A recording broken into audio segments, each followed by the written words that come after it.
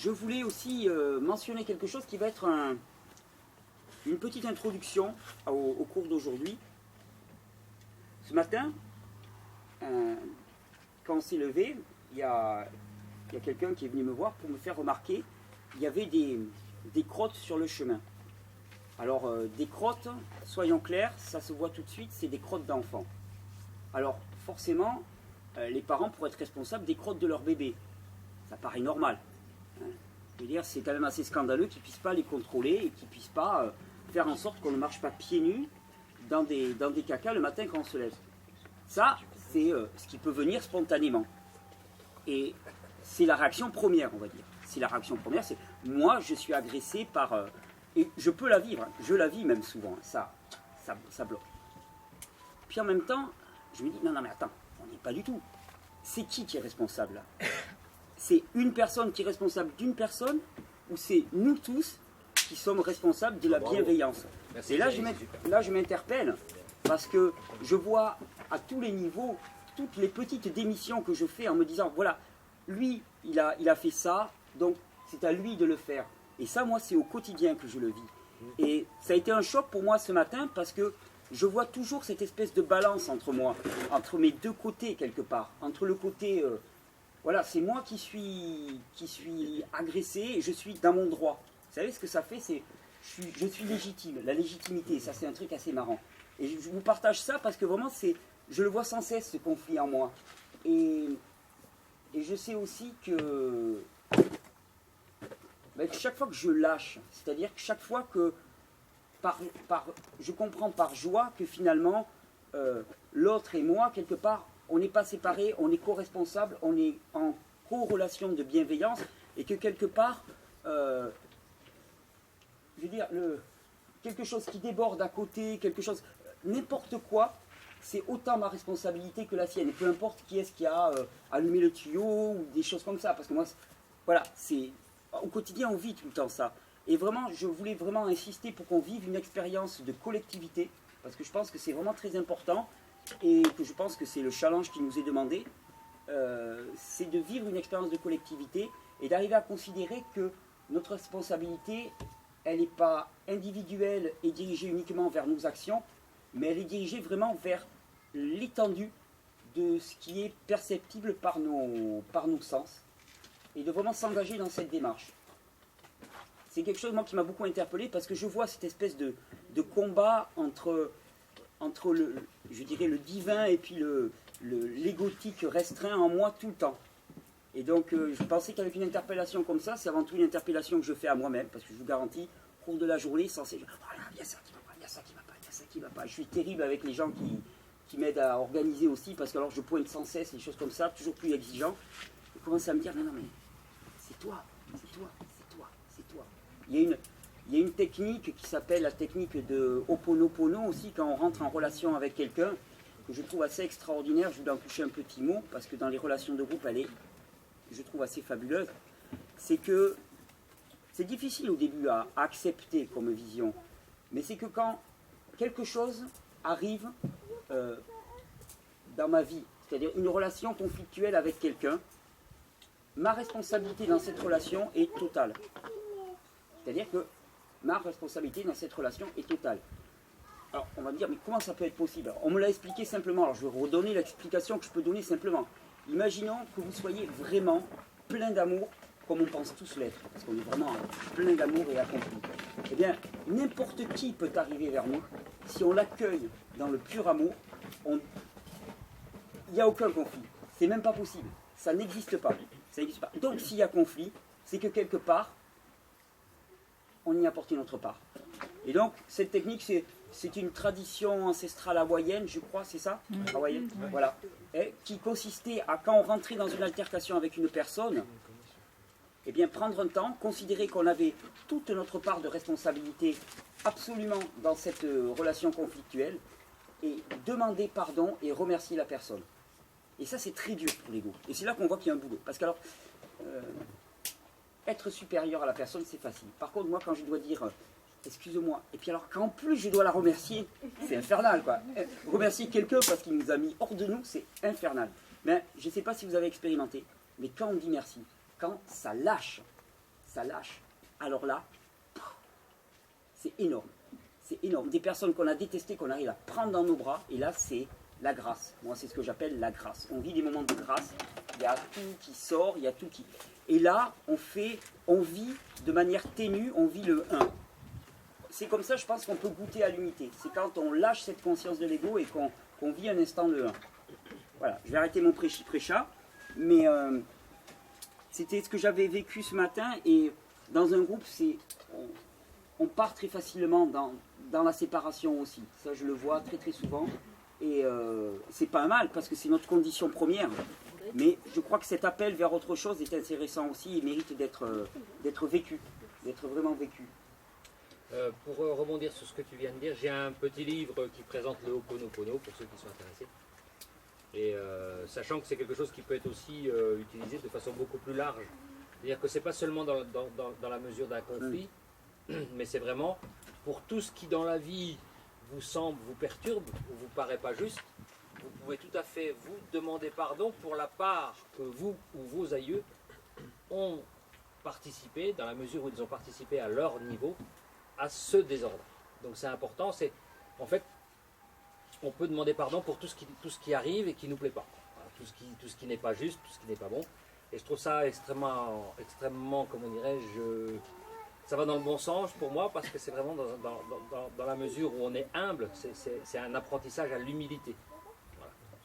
C'est un bon apprentissage, mais en même temps, c'est inacceptable pour une part de nous-mêmes. La part séparée de nous-mêmes, c'est inacceptable de demander pardon pour les choses qu'on n'a pas fait. On peut le faire d'ailleurs pour soi-même, c'est-à-dire une articulation, pour un organe, pour un dos, pour une épaule, passer en revue son corps comme ça. C'est intéressant aussi d'avoir cette approche par rapport à soi-même, organiquement parlant. Comment Demander pardon à la personne qui va mal, en fait, c'est ça? Ouais, je peux répondre aussi. Part, on dit... On laisse finir Pascal et après tu auras la parole. Donc voilà, même si l'idée c'est qu'on s'excuse, qu'on demande pardon, même si on ne sait pas comment, mentalement, comment on a participé à ça, l'idée c'est de le reconnaître. Voilà. Et du coup de rentrer vraiment en relation avec. J'ai la réponse. De séparer, de dire, bof, Ah, Géry a la réponse. Voilà. Nous sommes tous responsables, par exemple, pour la crotte du matin, de la personne qui a laissé faire, parce qu'indirectement, on n'a rien fait pour éduquer la personne. Donc cette personne, elle agit de façon personnelle, mais indirectement, on y a participé parce qu'on n'a rien fait pour améliorer cette personne, ou améliorer son père ou son ancêtre. Et ce sont les conséquences de notre négligence qui provoquent que les gens sont négligents et qui ont perdu la notion du savoir-vivre en commun. Et alors, je dirais pour ça, on est déjà responsable. Donc quand tu dis pardon, c'est à bon escient, parce que tu y as participé par négligence dans le temps antérieur. Donc voilà, c'est tout simple. Merci Géry. Merci Géry. Alors aujourd'hui, on n'allait pas parler de pardon et de démission. Excuse-moi, Oui. je peux juste parler de la bibliographie participative. Désolé. Alors, la bibliographie, je retombe sur mes pattes, est participative, la bibliographie dont je vous ai parlé. Donc chacun est appelé à y participer. Je Et centralise, c'est Madame je suis bibliographie. documentaliste, je ne me suis pas vraiment présentée. Peut-être il y aura l'occasion, sinon je le fais individuellement. Je suis documentaliste.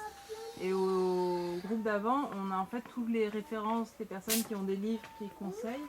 On a proposé de les centraliser, ce qui fait que la bibliographie, il y aura une partie les intervenants et une partie les participants au stage. Donc soit si vous avez une idée tout de suite, il y a un tableau dans la salle à côté que vous pouvez remplir pour donner une idée, donc avec votre nom, les références que vous avez, ça vaut pour les livres, les sites internet, les films, enfin des conseils, des expériences personnelles et pourquoi vous le recommandez. Pas juste j'ai entendu parler d'eux, ça a l'air bien. C'est pourquoi vous trouvez ça intéressant.